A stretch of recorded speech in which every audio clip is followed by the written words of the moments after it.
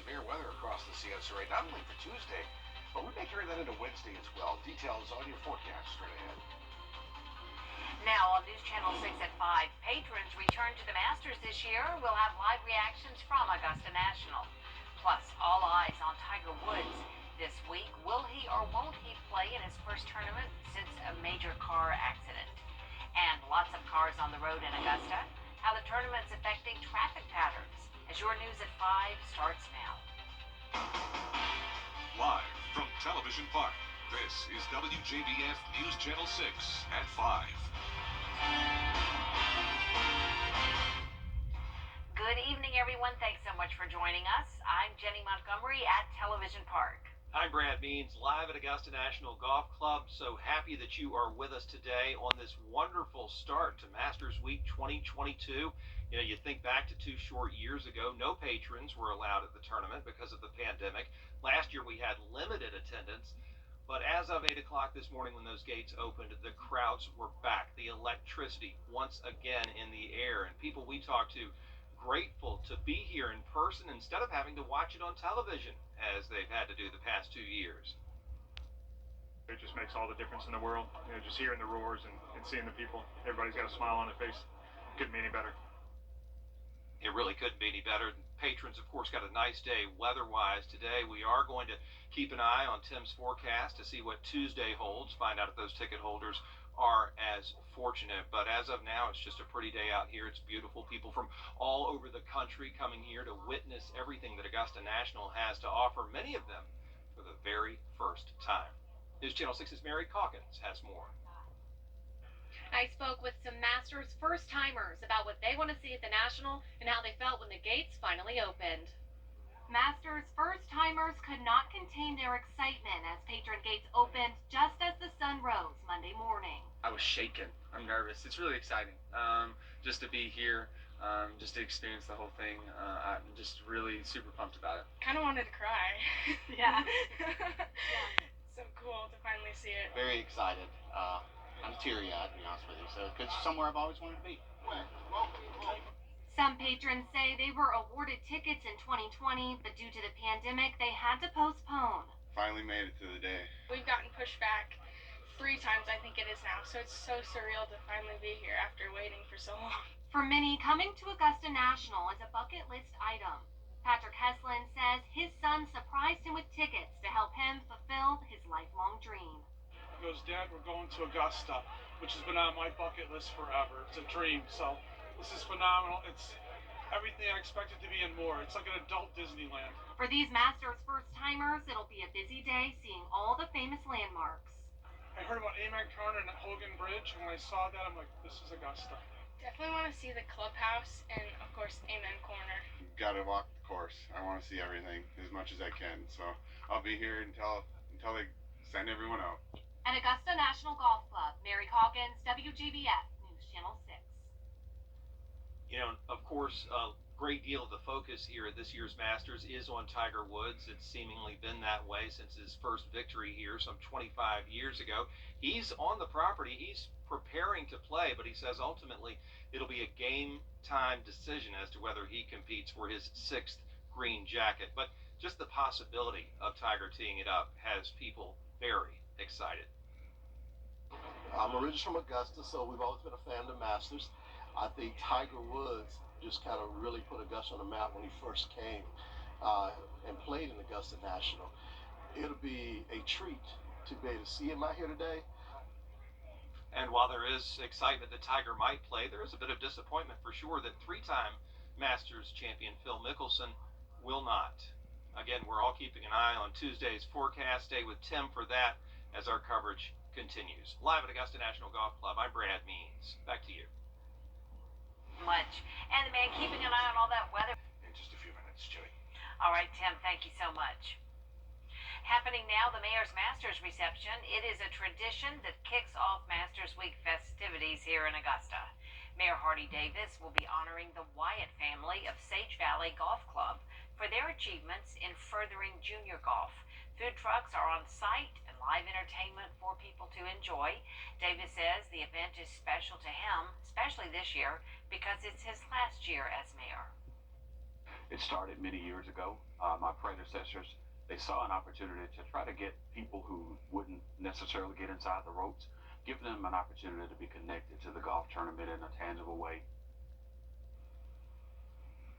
Tonight's free event is at the Augusta Common, and it lasts until 9 o'clock. Masters Week is here, and that means traffic changes on Washington Road. News Channel 6's Ashley Jones has a look at what's new and how to avoid a traffic jam. It's heavy. I see a lot of extra people around here, a lot of extra cars. It's tough though, Masters Week. The Masters tournament is back at full capacity, and so is the traffic on Washington Road. So we have a lot of different traffic control devices in place just for this week. That means orange traffic cones, message boards, and new traffic signs in place just for this week. Assistant Director of Augusta's Traffic and Engineering Department, John Usry, says it's to help guide visiting patrons. We just want to make sure that when you get near the golf course that you're in the correct lane. And so the messages on the message boards and some of the overhead signs will tell you where you should go. The Masters traffic plan has been in the works for 5 months now. The Richmond County Sheriff's Office, the Augusta National Golf Club, and Jacobs Engineering are just a few parts working together to help patrons and people who live in Augusta get from point A to point B. The amount of traffic goes up quite a bit during Masters Week, and the traffic pattern is different than a normal day. Usry says normally around 50,000 people travel Washington Road every day, but with Masters patrons in town, that number jumps to around 80,000.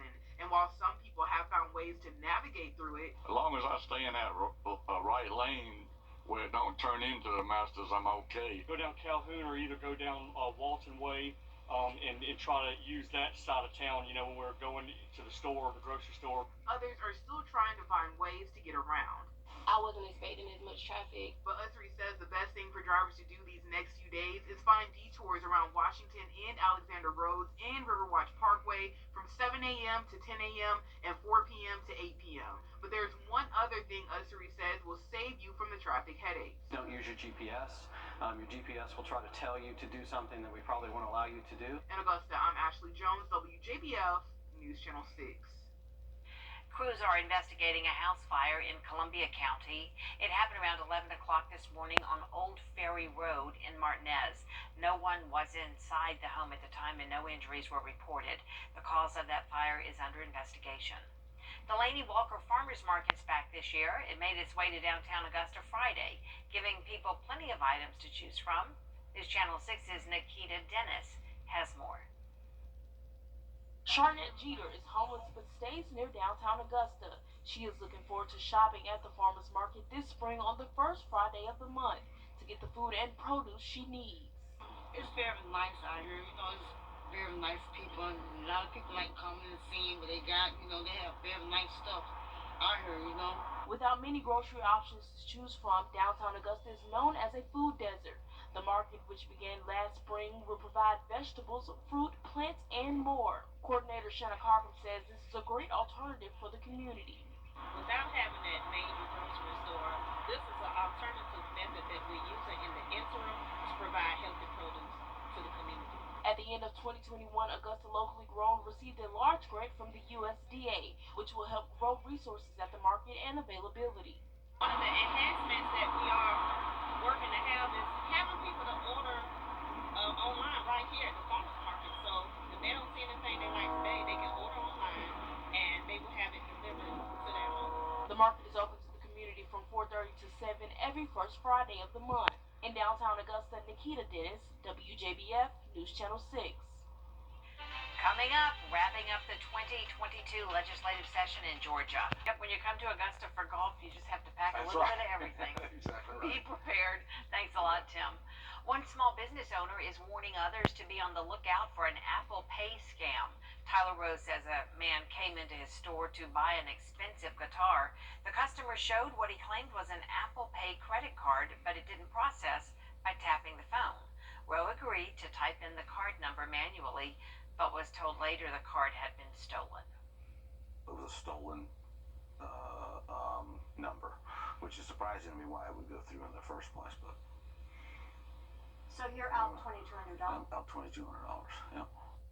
Legitimate Apple Pay involves using an app. You would never see a credit card number with Apple Pay. Up next, the Gamecocks bring championship gold back to Columbia. We'll have reactions from fans and players. From Augusta National Golf Club, how that donation will help underserved Augusta.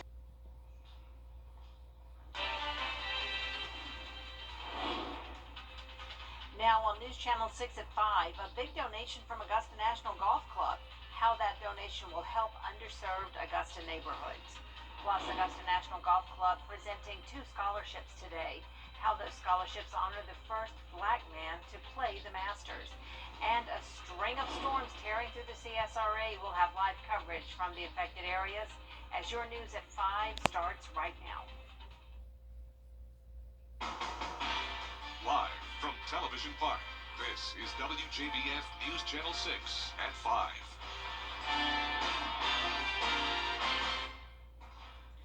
Good afternoon, everyone. Thanks so much for joining us. I'm Jenny Montgomery. A special welcome to our Masters visitors. We'll get to your top stories in just a moment, but first, let's check in with Chief Meteorologist Tim Miller, who has a look now at the weather. It's a few minutes, Jenny.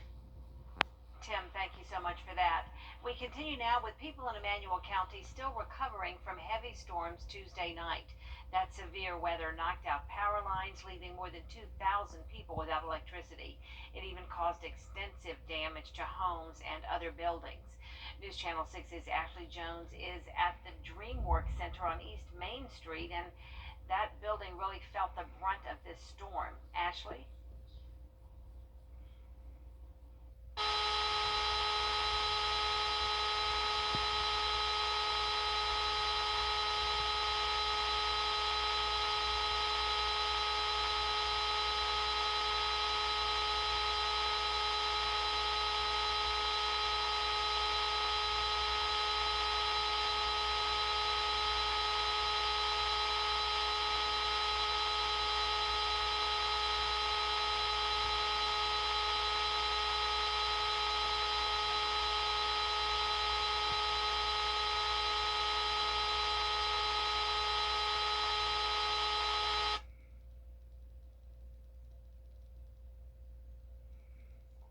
Our footsteps as we were walking deeper into the building because the floor was still soaking wet from the rain last night. And I hope the team back at Television Park is rolling that video for you now. When we first came into the worship center earlier today, we saw power lines again knocked down. So it's still a pretty dangerous area to be in. But again, we just wanted to show you just how deadly things could have gotten last night. The owner of the Dreammaker Center is still trying to assess the damage that's been done to the entire building. But it's going to take a few days to do that. Now, we told you again last night about the owner at Magnolia Shed. She says that she was not here during the storm, but employees from Wise Solutions, that's another store in this building here. Some employees we spoke to said that they were actually here when that storm hit.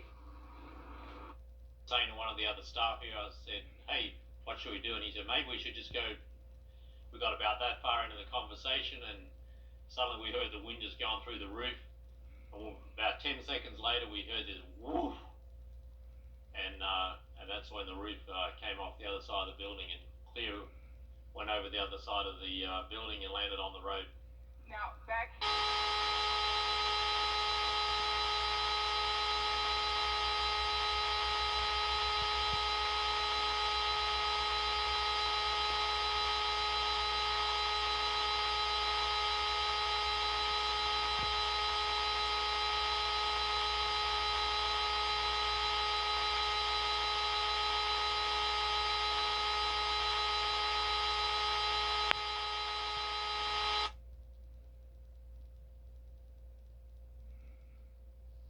Destruction for a while in Allendale.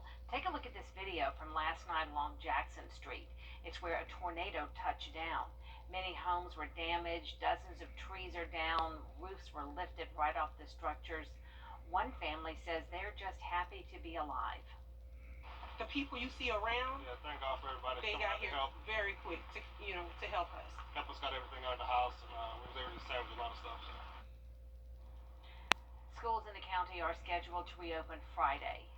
Bamberg was also heavily affected by the storms yesterday. Our Aiken Bureau Chief Sean Cabbage.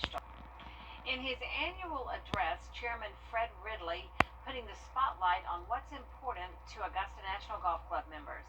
emphasizing the importance of the Augusta community by announcing $1 million donation to Augusta Technical College for the creation of an automotive training facility in the Laney Walker neighborhood.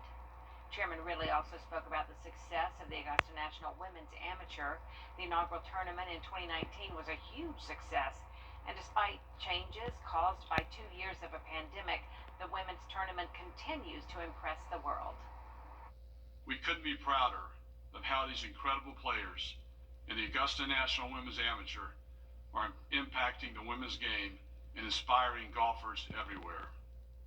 Chairman Ridley also congratulating Tiger Woods on the 25th anniversary of his first Masters win and for his commitment to the game despite severe injuries received in a car crash 14 months ago. A special day at the Masters today, other than the Par 3 tournament. Augusta National Golf Club awarded 2 scholarships to students to go to Payne College for free. The contribution, an inaugural event honoring the late Lee Elder, who was the first black man to play at the Masters. Here's Brad Means with more. Devin Smith made history on Wednesday. They are the inaugural recipients of the Lee Elder Scholarship. Augusta National presented the awards in honor of Lee Elder, the first black man to play in the Masters. I'm just excited to play golf and, have it help me and not have to worry about, how I'm going to pay for college, really, so I can just focus on golf and my academics. Taya's family is celebrating the scholarship as well. My parents are fortunate that they don't have to worry about where we're going to get the money from or pay for and loans and all that stuff. Devin Smith will join Taya at Augusta's Payne College. I still don't think it's sunk in yet, but it's a true honor to even be thought of to receive this scholarship. A scholarship that means so much more. It represents a man who made history here. I know for my dad too, it means an awful lot to have a scholarship recognizing his name and to be the first recipient. It's very humbling, and I'm very, very excited. Coming up, gas prices still sky high across the country. How lawmakers are planning to handle the issue when we come back.